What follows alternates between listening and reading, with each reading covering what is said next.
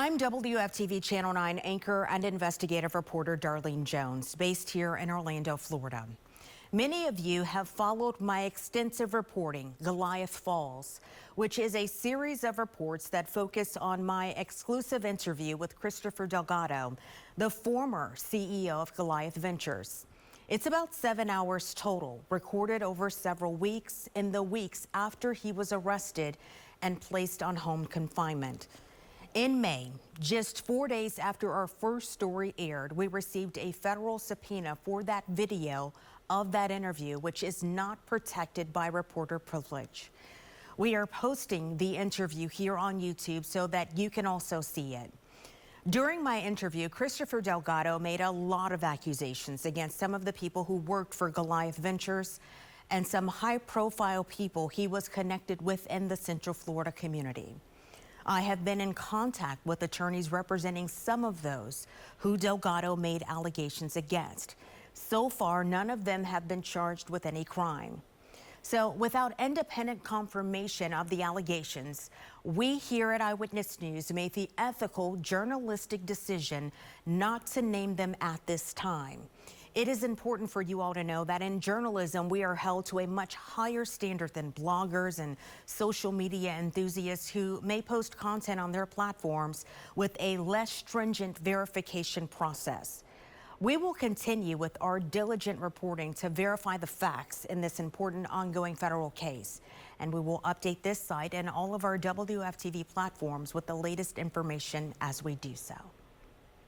We would do a big tranche, you know, Okay. 5 million to crypto or whatever it might be. But she would have to go to the bank to sit with the banker, to sit on the phone. They can call corporate. Corporate clears the wire. Then she'd sit there and be like, okay, it left the account. You know, then call me and check, did it hit our crypto accounts today? That kind of thing. It was a very long process because, you know, bankers don't work, they're not on haste. So the crypto accounts that the money was going to, that was an actual investment account. That was what, I'm sorry? The crypto accounts that it was going to, that was an actual investment account. There are institutional accounts with Coinbase. Those were making money? No, people wanted to get paid in crypto. Okay. And so we were using our institutional wallets to pay people in crypto. Okay.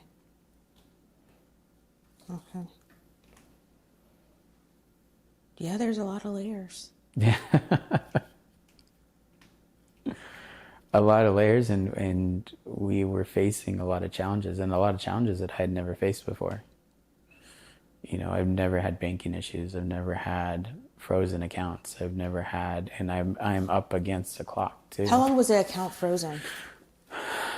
So the only account that was ever frozen is our Bank of America account. They actually froze $18 million in September. Of 2025. Yeah. And it was frozen and we were making no progress with them. They wouldn't tell us why they froze our money. They wouldn't unfreeze it. And we had our October distribution window coming up.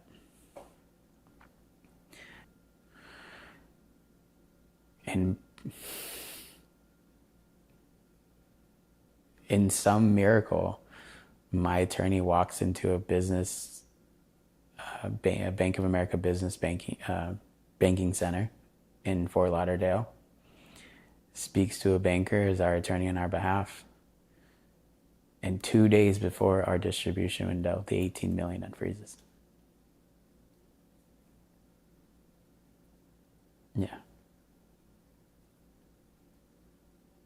Was that the last distribution? October was our last full distribution. We were then going into November, and this is where I was focusing on the bigger deals. We needed to get the $50 million close. We had an individual coming in $50 million by himself. One person was giving you $50 million? Who? From where? I don't know if I'm ready to say his name. Are they in the U.S.? They're in the U.S., yeah. 99.9% of our investors are U.S. In Florida. No, New York. So someone in New York was going to invest, becoming an investor at $50 million. They were already an investor. And every month they would add $1 million or $500K or $250K. And they wanted to move 50 million of their personal wealth into Goliath.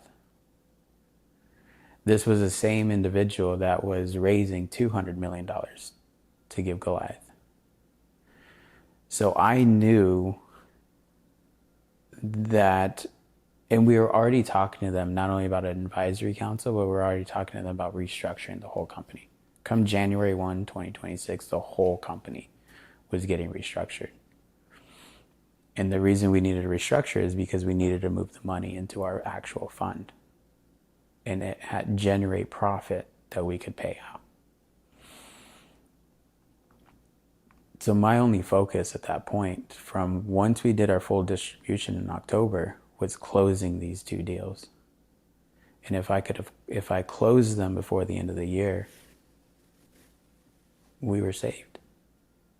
Because that 200 million would have unlocked 400 million, 500 million. How? Once a firm puts in $200 million in New York City and they get one payout, every other large firm starts giving you hand over fist cash. So I knew once we got to there, we were good. We could have slowly over the year of 2026 phased out our retail investors with the profit that we would be making and just deal now with actual firms. But your fund still wasn't. Our fund was active. When did it become active? In 2025. When in 2025? I want to say, I believe, maybe February, March, we were active because I was putting money there. Actually, no.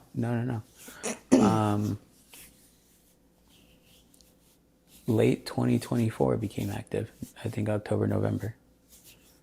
Because I had held at that point $15-16 million into our. But the investor funds still weren't going into. They were going in a little at a time of what the company could spare. Because you were still trying to play catch up. Yeah. So if we had $1 million or $2 million extra, we would move it into the fund, and it was seen this is why I should have put my foot down in 25 and completely cut commissions. That would have saved us.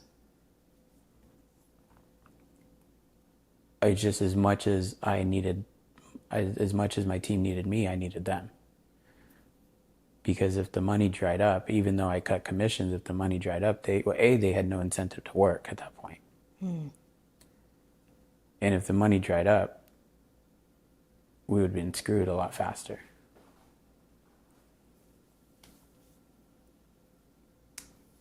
At what point did you start to think that maybe some of the folks in your ether were like siphoning off money?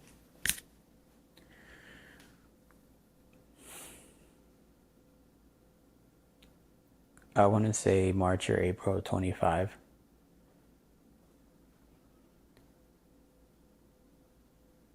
That's when I knew, or that's when I had a suspicion that other things were coming. They had no control over me. They were all making money. But they were only making the money because they were keeping our secret. And they knew if they exposed it, that they would all go down too. So what's the next best thing? Siphon as much money as you can out of the company.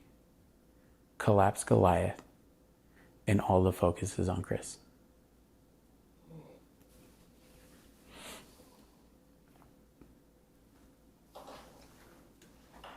At some point it becomes insolvent, right? We became insolvent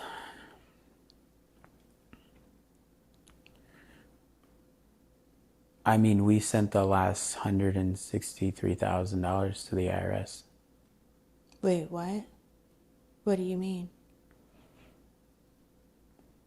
By the time the DOJ stepped in, there was only like $160,000 left in the bank account.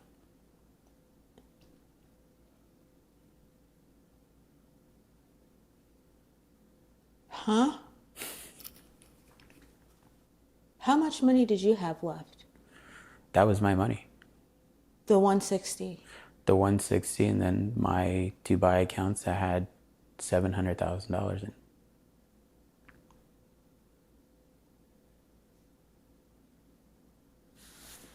Chris, you blew through tens of millions of dollars? We were paying people. And our people were making an astronomical amount of money. Was everybody on this org chart, were they making 6, 7, 8 figures? I mean, I've seen the reports, but you tell me. I think the lowest guy was making $60,000 a month. $60,000 a month? Yeah. Why were these salaries so high? Why were these payouts so high? You weren't yet this fund wasn't going. It wasn't doing anything. Because it took on an original structure of what we were doing in the beginning. We were investing in MLP, and MLP was paying the difference of profit. And we took that model and turned it into Goliath. We couldn't step away from that model because these people were already used to that. You were stuck. Yeah.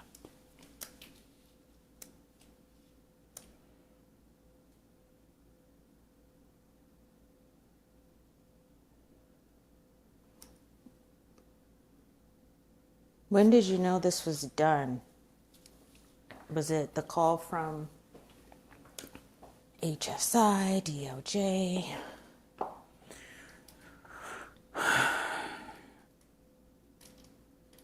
I knew this was done in October of 25 when we made our last distribution.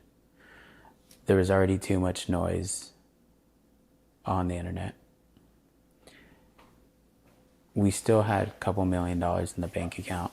That's why I said we did a partial distribution to some people in November. But you didn't have enough to pay out. No. I think we had maybe $5-6 million going into November. So we did partial distributions to people. And I just told myself I just need to make it to the Christmas party. I knew if I could make it to the Christmas party, that was my last chance to say goodbye to everyone. Because I knew the gig was up.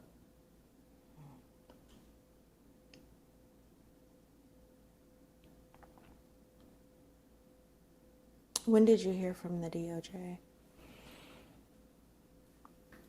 Not till January 26th. What happened?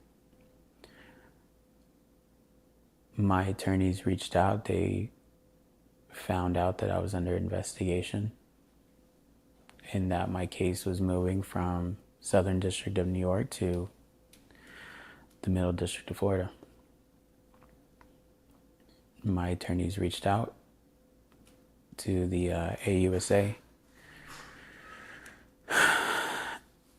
and they confirmed that I was under investigation.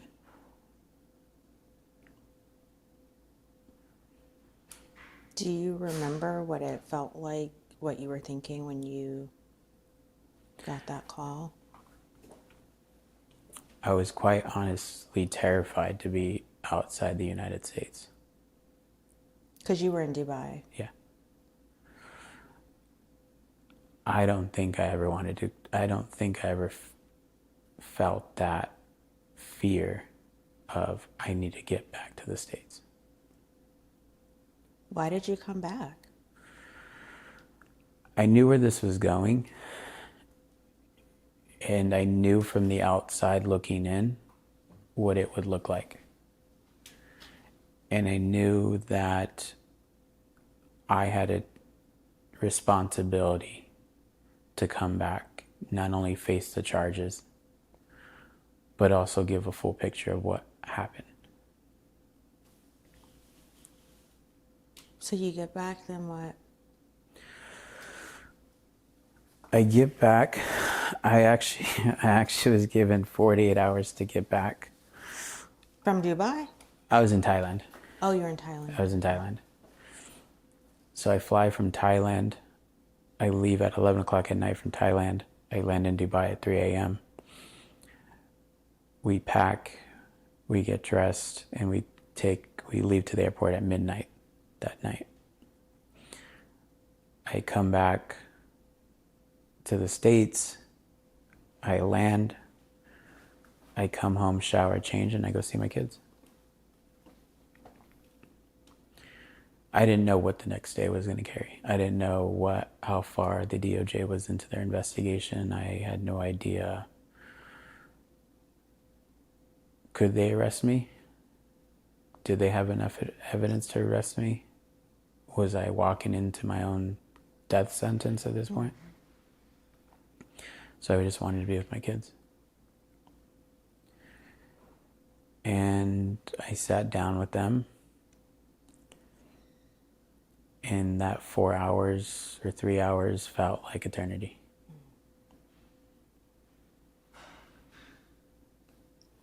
Did you think it would be the last time that you would see them? Yeah.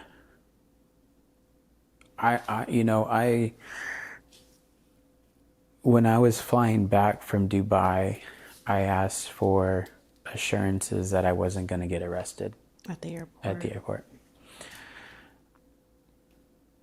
My attorney was told that they had no interest in arresting me at the airport. So that gave me a sigh of relief.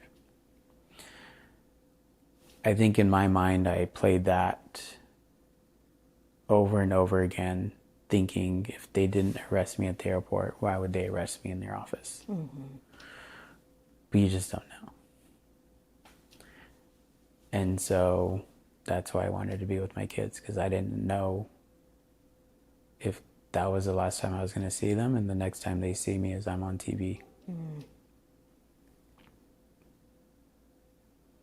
Do they know what's going on? Yeah. When I self-surrendered, I was told that it was going to be private, and no one from the news was there. No one from the news knew that I was self-surrendering. No one also knew that I had self-surrendered my passport 2 weeks before that. So, to clear the record, agents didn't kick down my door. My house was never raided, and I wasn't taken into handcuffs. I walked into the U.S. Marshal's office. I gave them my ID. They confirmed my identity, and I was escorted into the back for processing. I was told, I was asking a lot of questions. I was told that, first off, I was never read my Miranda rights. Oh, my. I think we're past that at this point. I'm joking. I don't even know if they're supposed to. I don't know how that works on the federal level. Yeah. Yeah. I wasn't sure. I think a criminal complaint is your... Well, I mean, that's the thing. I think that's the biggest thing. I wasn't indicted. The government just filed a criminal complaint against me. And so even when I sat in court, there was no guilty or not guilty plea. And I was free to leave that day with a piece of jewelry. But Why is it flashing red now? What does that mean? it just means it's not charging. Oh. Yeah. Yeah, so you put the charger on and it charges, and then it'll flash green. Did you know you were going to have to wear an ankle monitor? Well, first, what does that mean? Like, you can't leave your house? Like, what? Yeah, I mean, they use cellular and wireless connection to basically pinpoint the exact location where you are in your home. And so, no, I didn't know. I knew that I wouldn't be able to leave the U.S. I didn't know that I'd be on home confinement. I thought, because there's different ways they can restrict your travel. And so basically they're saying we don't want him leaving the Central District of Florida, which goes all the way to Tampa and all the way up north to Gainesville, or to Jacksonville. And I said, fine. Like, that's easy enough. And then it was, we also want him to wear an ankle monitor and be confined to his home. And that was, in court was the first time I had then found out my restrictions of movement. Mm-hmm. What do you think is to come from all of this? What do you mean? You asked that a lot today. Yeah.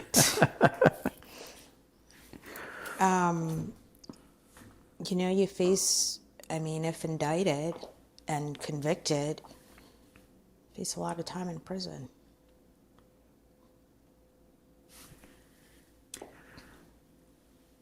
One, I needed our investors to hear what was actually happening, the truth, not what they see online, not what they can read or what's been told to them, the actual truth. The actual truth that I was fighting for them. But there were a lot of adversities. There was a lot of pushback, even from some investors. It wasn't just directors, but even some investors, when we would try to make changes, even they would push back. I also don't want them to feel like I abandoned them. Yes, one aspect is that I could go to prison for a very long time. The other aspect too is, if I am given the ability, I have always paid my debts. I have always covered my losses. The restitution that needs to be made, I am the best man for that. I have a vast network of opportunity and people. I know a lot of people. I have a lot of skills. And people that have lost money, I can make that restitution happen.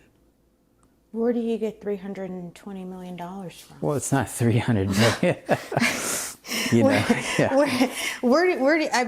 a lot of money. How do you? No, it is a lot of money, but there's also a lot of opportunity. Mm-hmm. You're talking about an individual who has an international network. So an individual who has faced a lot of challenges and who has succeeded in a lot of those challenges. I'm facing the biggest battle of my life right now, yeah. Both on my company being thrown into bankruptcy, and secondly, facing prison. But if given the opportunity, I know I can figure it out. I know I can rebuild. I know all the right people. I know the mistakes I made. I know the positions to take and to fight on. So you would try to build a fund again? Not a fund. No, I don't think I would build or get into finance ever again. I never wanted this from the beginning. I said that from the beginning of this. What Goliath is today, I never wanted. I had no dream or aspiration to run a company like we ran. I stepped in at a necessity.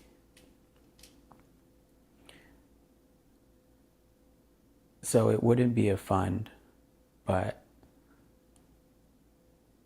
there are other opportunities out there. Like what? To make a lot of money. Like what? That'll be in the book.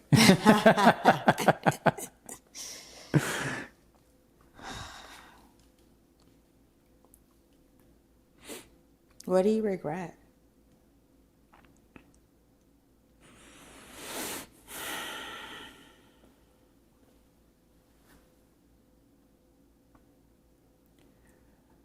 I regret not putting my foot down when I should have put my foot down.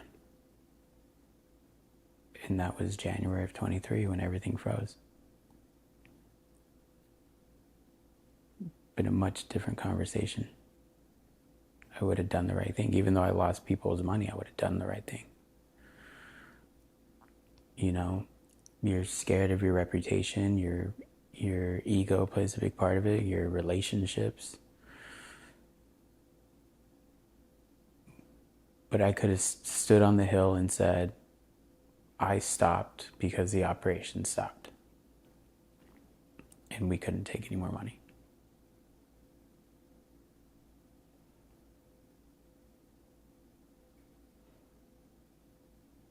You could have done what you did way back when you walked into your boss's office and said, I'm the person who gave the employees the wristbands.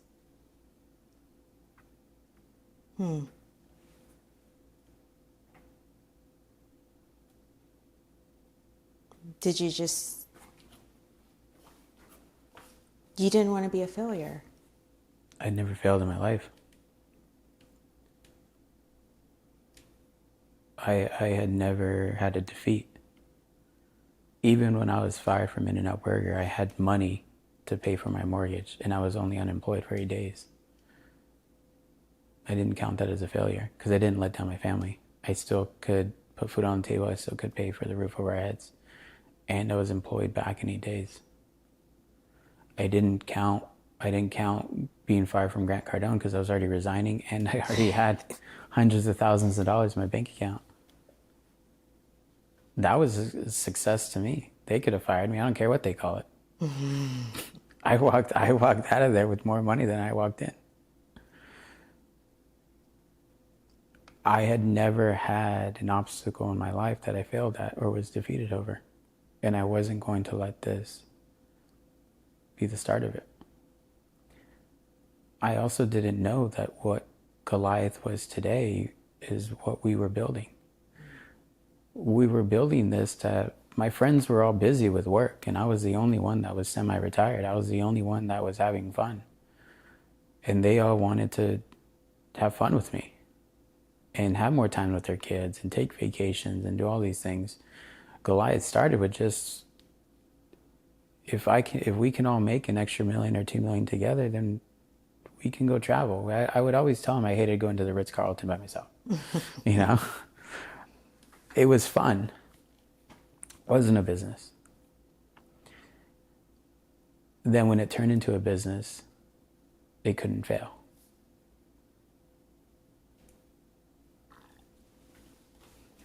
I haven't seen the rest of your house.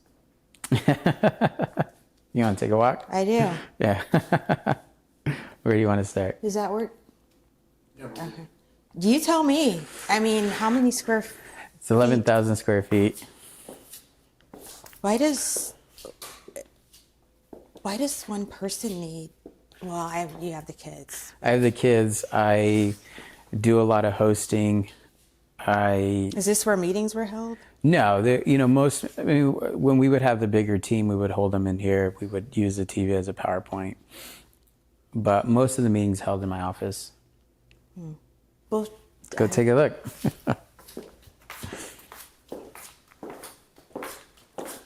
Why did you move here? You know, everyone in Orlando, I was living in Kings Point, but everyone in Windermere and Orlando was saying that I needed to live in Ellsworth. They're like, you're big enough, you're successful enough, you know everyone loves you, you need to be in our community. That was what I thought was the blessing to move into the, I talked about not kissing the ring. I'm getting people to tell me that I need to move into this community, but it wasn't the right people. And that's what pissed a lot of people off, was the fact that I just moved in here. Yeah, what is it, $8 million? 8.5. Oh, sorry. Yeah. All right. 8.5 million. Do you want to get in front of us, Gary, or you good? Okay. I think there's a hallway. Yeah. Like, Yeah, we're gonna go there and then we're gonna turn right. Okay. Your left. So you were, in a way, kind of like trying to keep up with the Joneses.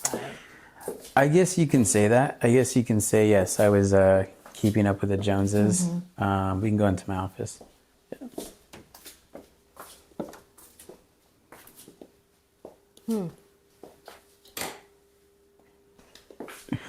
What is this? I wanted to ask you. That is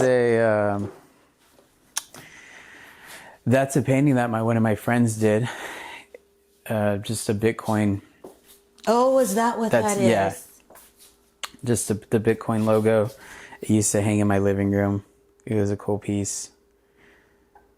You know, Why'd you take it down? it was in my old living room, so I haven't had a chance to hang it up. But we haven't decided what should go there. Okay. Originally, I had a lion for like mindset and motivation. Like Stratton Oakmont? Yeah. Yeah. You'll see it. You'll see my room here soon. Oh, jeez. But I mean, you know, I would come in here. We would have a lot of meetings. I would come in here for motivation. I have the pictures of my kids, the trips that we'd taken. There are a lot of dad moments in here. I mean, they're my world. You know, I wanted to create a life that my kids could also be a part of. I never believed that your business and your kids had to be separate. Mm-hmm. You know, if you wanted to invest money with me and you're uncomfortable that my kids were at that dinner, well, then we just don't align in values. And so I wanted them to be a part of what we were doing, what we were building, which is why, you know, I have a lot of photos with them. They were on a lot of trips. They loved Dubai. It was one of their favorite places to go. Oh, here's the FBI hat. Oh, no, I don't want that. Oh, my God. Lord have mercy. I want to know how you got that, but I don't want to know how you got that. How did you get it? People that worked for the FBI gave it to me. An official FBI hat? Yeah. Oh, my. Let's talk about this corner. Yeah. Because there's a lot of charity here. We kind of talked about this before, but I mean, part of the money you were pouring back into charities. Correct. Why was that important to you, and what were the charities that you were passionate about? You know, I'm a father, and we talked a little bit about this earlier. I couldn't fathom waking up one day and my kid being diagnosed with cancer. So it's not that our family was ever affected by cancer, but our family could speak to these, our families could associate or be familiarized with these families because they were also had kids and had this fear of losing them. We also had a close friend at the time who, in this photo actually right here, this is their son. We didn't actually realize this till after the event that was their son. And so the fact that they were really close friends with us and that you know, we were contributing to Runway to Hope, it was just an organization that we aligned very much well with.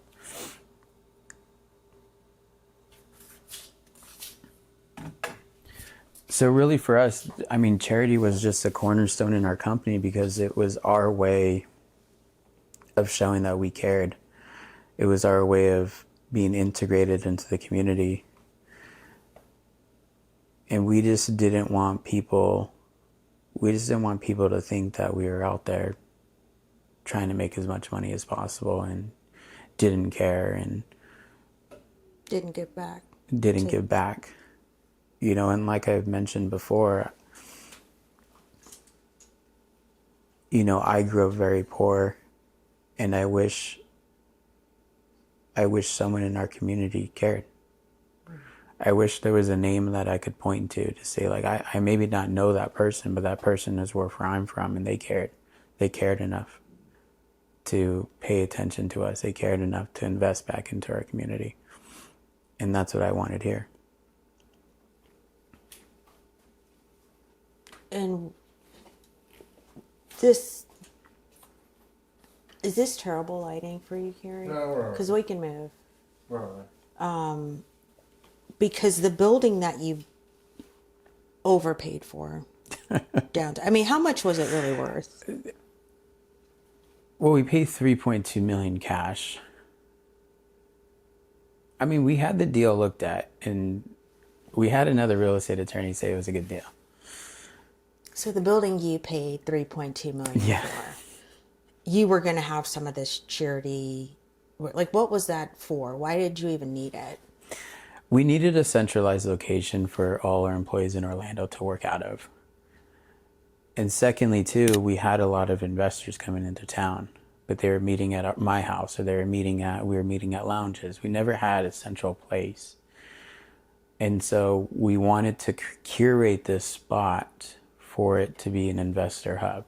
And we wanted to showcase all the companies we were invested in, all the companies we were part of, and have an area where people could fly in and meet us. Why that building? We we actually never considered downtown Orlando. You know, everyone has ulterior motives. And that was probably the first big red flag that I ignored. Well, I want to see the rest of the house. Yeah, this goes, what we can do is we can go out here. This is one of 2 Louis Vuitton pool tables. I had a full-time stylist slash house manager. Oh. Yeah, so this was basically her workspace in here. Get my clothes all organized, and you know. I'm sorry. Are these all Tiffany boxes? Yeah. What was in these boxes? So a lot of this stuff was actually gifts, and you know, a lot of it was. Are they empty? Yeah, these are all empty. Oh.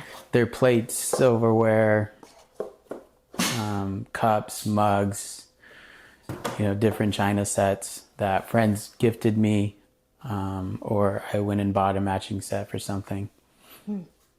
I don't think I've ever seen that many Tiffany boxes.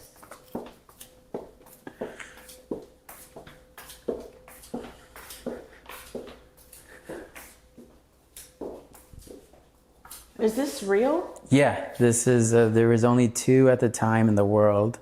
This one was sitting in New York City, and the other one was sitting in Barcelona. Louis Vuitton makes pool tables? They make a lot of cool things, actually. They made pool tables, they make ping pong machines, dartboards. But yeah, this is an actual one of 2 Louis Vuitton pool tables. I'm sorry. How much does this cost? This table was $120,000.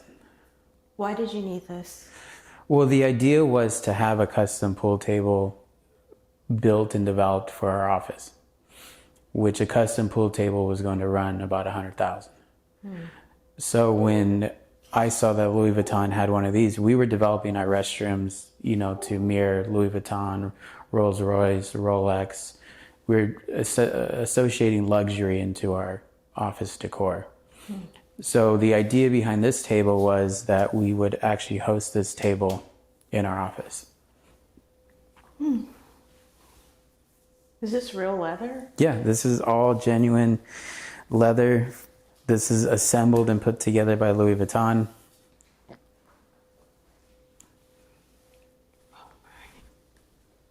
Okay. Actually, I've never seen anything like this. I didn't know this was a thing. they make a lot of cool stuff. Let me actually grab the car key. Oh, okay. Yeah.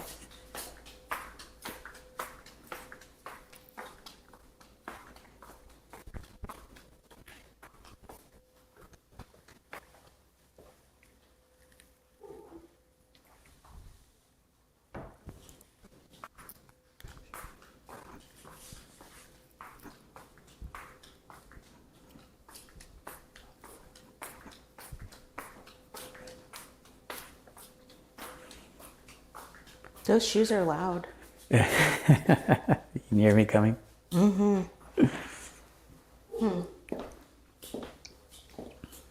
All right, we'll go out to the courtyard.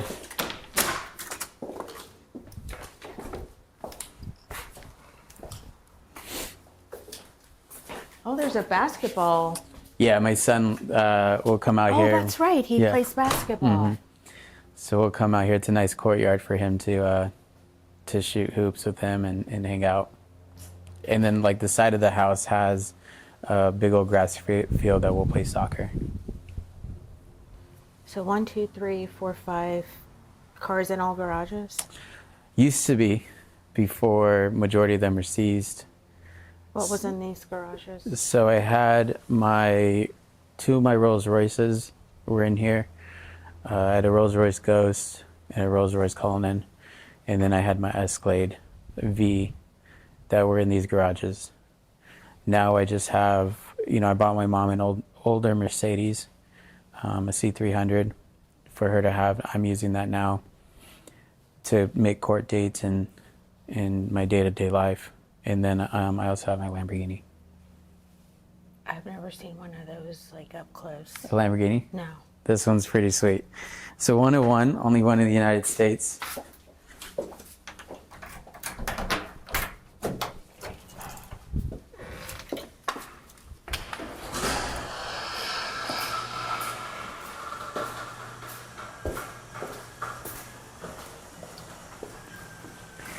It's basically a transformer.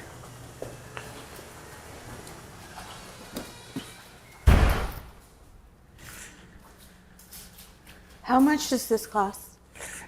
This car originally was 600,000, but the kit on itself was almost 300,000. What So- is a kit? So this car is all aftermarket. This car is actually 4 inches wider than what the original design of the car was. So all the forged carbon is a whole body kit that went on the car. It made the car wider, and it made the car longer. Oh.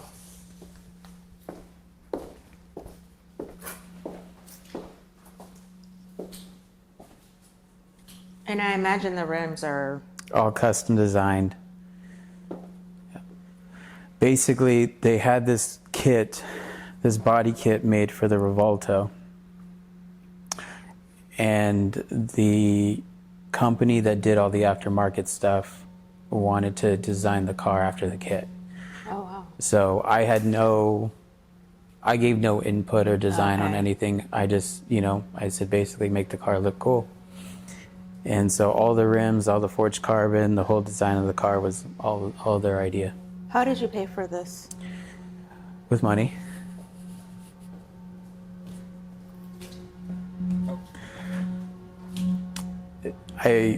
This car was paid for by Goliath.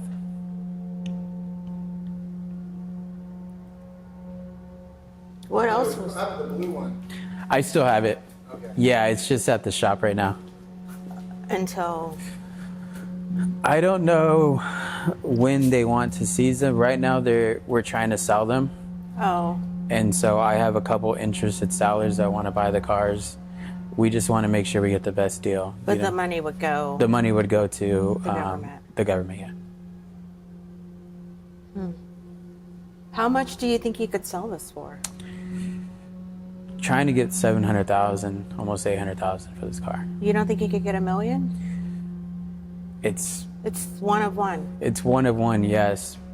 But the problem is, it's like anything. You drive something, you use it, it goes down in value. If this came off the Lamborghini lot looking like this and not driven, then yes, you can get $1 million. How many for it. miles are on it? Only like 2,500 miles. That's it? Yeah. Wow.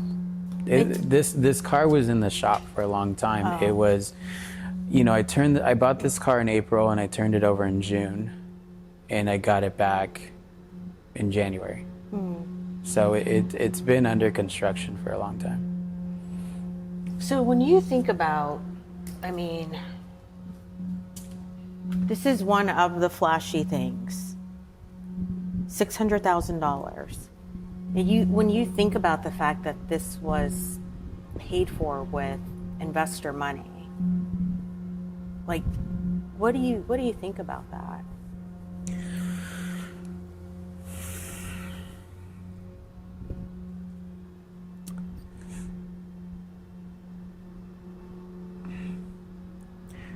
I mean, it all goes into the perception, right? So when people are questioning, well, why don't you have a Lamborghini, or why don't you have a Rolls Royce, or why don't you live in Ellsworth, all these things, you don't really start thinking that the money you're using is investor money. You're feeding a perception that people want of you. You know, like I mentioned earlier, I was completely fine flying commercial. And, you know, yes, I was flying business or first class, but I was completely okay with it. But then you go to New York and you deal with big investors and they're like, why aren't you flying private? Or how did you get into the city? Did you take a helicopter? Did you drive in? You know, and originally I would drive in and wait in 45 minutes of traffic. And they're like, your time's not worth to take a $3 million helicopter ride? So they're questioning your value based on how you're presenting yourself. Correct. We talked about how wealth talks in silence. And these are subtle things that how someone of wealth operates. You know, they don't flash. And again, I never put me flying, you know, the photos of me online of me in a private jet or stuff like that, either my friends posted or we did a professional shoot. I never flashed me in a private jet or me taking these trips or flying into New York, but because I understand how it worked at that point. And I knew if someone asked, you know, when did you fly or where did you fly into New York? Teterboro. Well, they know that a Teterboro is an executive airport. I didn't need to tell them that I flew private. How did you get into the city? Oh, we helicoptered into, you know, downtown. We're staying at the Ritz Nomad.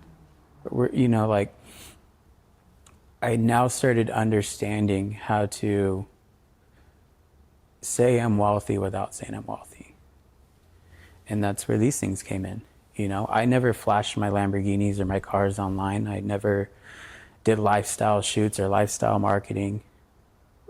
But people would see me drive up to a restaurant or drive up to a private lounge, and knowing this is a 101 car, knowing my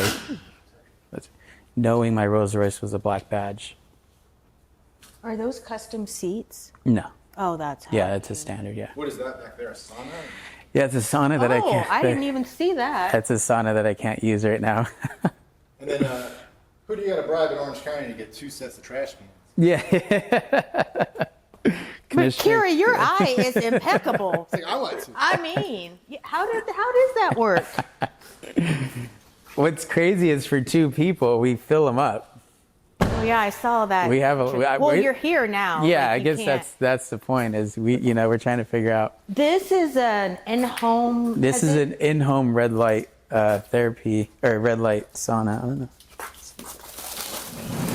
This is pretty light. What is it? This is I actually bought a workout bench because I can't go to the gym. I bought a workout bench and dumbbells. I don't think it's moving. It's moving slowly that way. No? Let's see. Yeah, I'm not strong enough. All right, if you want to come in here and you could pull it also out of the way. So why can't you, this is a sauna, Infrared sauna, yeah. and you can't use it? Because it will heat the internal mechanisms of the ankle monitor. And it would melt on. It could damage the battery, or it can trigger a tamper event, which would violate. Oh, me. like you're trying to get it off. Yeah. But you do want it off. Because I want to use the sauna. Huh. I wonder if they sold this house as is, if they could get the full value. No, they would probably get 7.5 to 8 million max for this house. And that's because me and the original owners were in like a 14-month battle over the price. The man who shot his wife? No. Oh, the one after that. Yeah, the one after. Okay. I think they originally wanted 9 million. I offered like 6.5. Yeah, Bugs. Oh my God.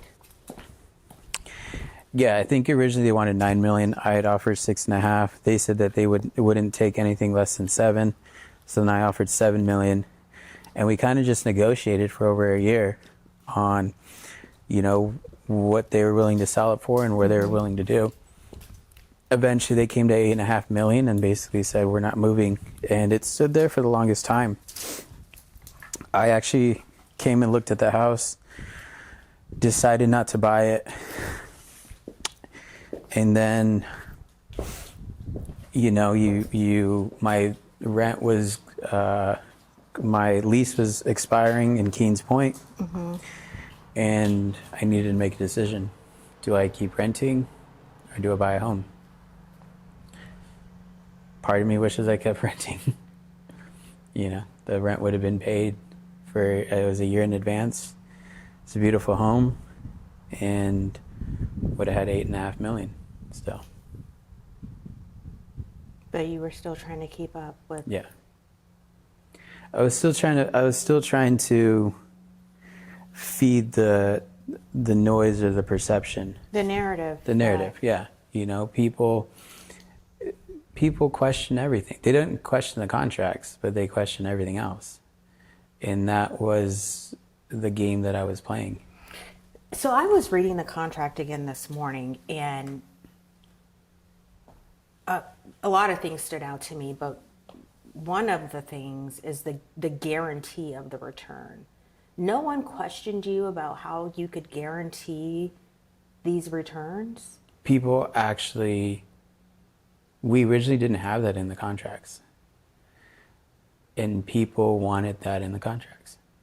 Even though we told them that no investment fund ever has a guarantee. And they were like, well, if you're so sure in your product, then guarantee it. And you're right, it is the biggest red flag that you can ever have in an investment contract. That's what people wanted. So he said no one ever questioned our contracts, our operations. No one ever asked to see the wallets. No one ever asked to see the inner workings of the company. No one cared. We got the biggest backlash from our investors when we initiated an audit. When we hired a third-party auditing firm and froze everything, our investors were calling and this is where they were starting to use, well, we're in a joint venture partnership and we don't agree to an audit. We don't care. We don't care what you're doing with our money. If we get a return, then we're happy. Hundreds of calls from every director to myself directly saying, we didn't opt for this. Why are you doing this? This isn't a true joint venture. We didn't agree to an audit. We don't care what you're doing with our money. As long as we get our distribution, we're happy. Yeah, I know. You stopped at the right time. Is that where homeboys? These are 2 bedrooms. So one downstairs, one upstairs. Yeah, we can walk around the front. Oh. Yeah. Ooh. The back is where you get the most action. Is where you get people taking photos. So what's in those garages? Nothing? Just storage. I had bought a dirt bike a long time ago, and my friend gifted me a golf cart, family golf cart, and so that's what sits in those garages. This is like something out of a magazine. It's beautiful. It reminds me of my 2 favorite places, Italy and Greece. It's Tuscany, Mediterranean.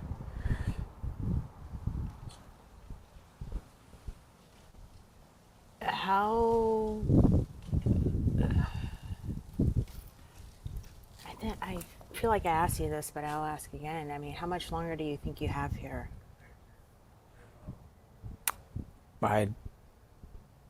Maybe 3 months max, maybe. I'm not sure.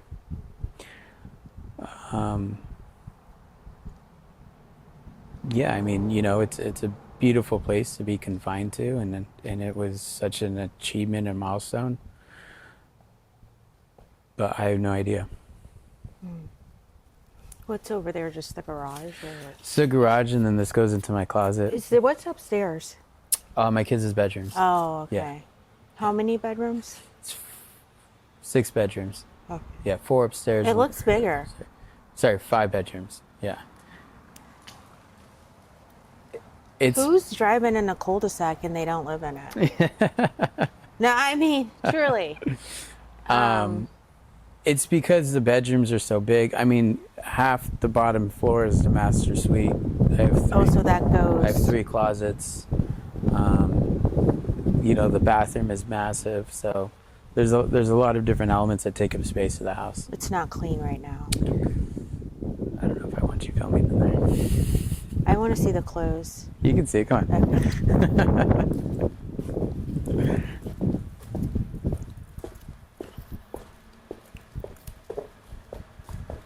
Did you hire someone to design the decorating and? Yeah, I hired an interior designer, and that's what he was designing and decorating everything for the house. This goes directly into my closet.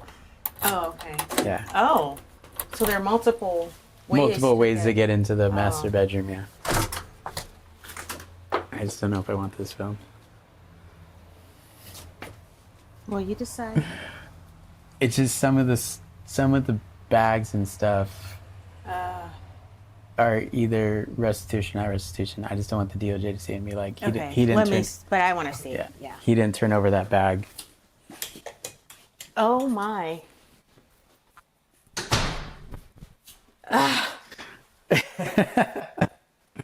Yeah, I can see. A lot of this stuff is gifts.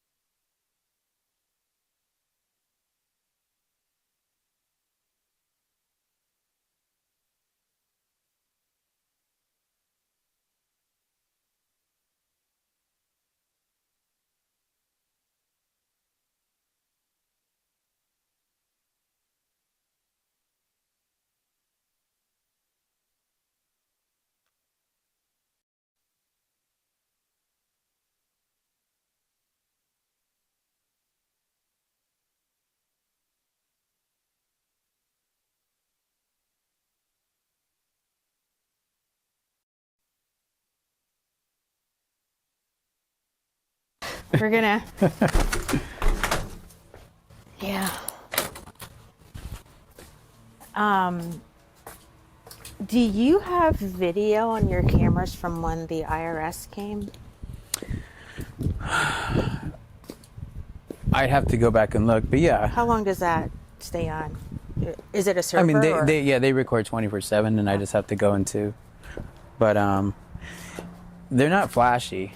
Oh. They don't wear IRS hats. They don't wear IRS jackets. I actually made the comment the first time they came, and I was like, "You guys don't have fancy jackets like the FBI?" And they said, "No, we're a little more low key." Oh. So 2 agents showed up. They're very nice.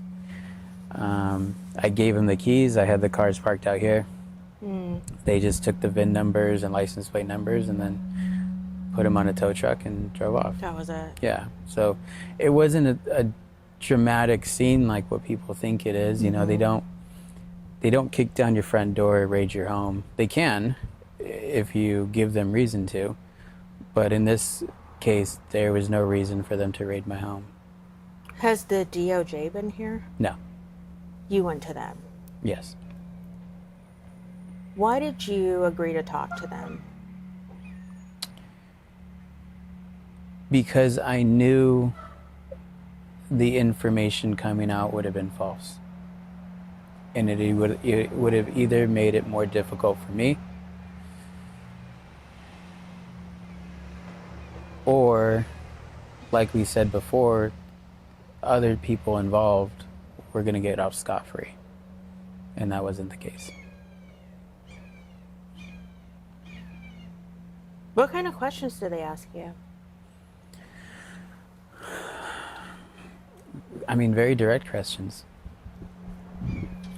Yeah, that's. I think that's the level of honesty and and to see how you're going to respond. So, did you buy a Rolex with investor money? Yes. You know, I was complimented on my candor and openness the first time I ever sat with them, which means that they already knew a lot, and I was just confirming what they knew. Yeah, most people would not have done what he did. Yeah.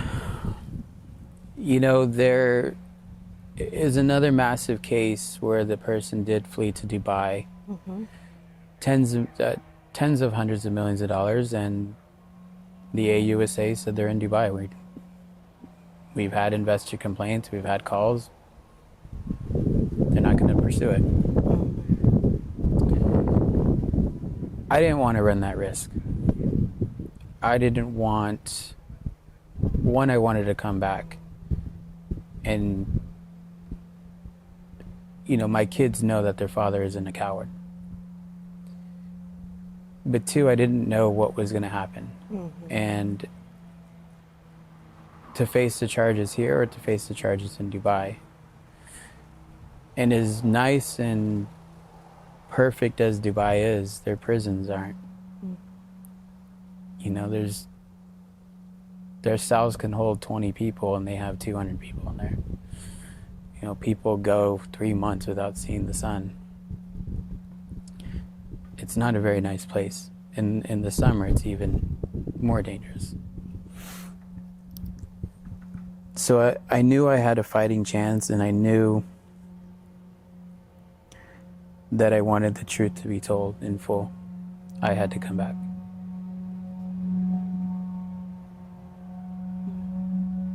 That's loud.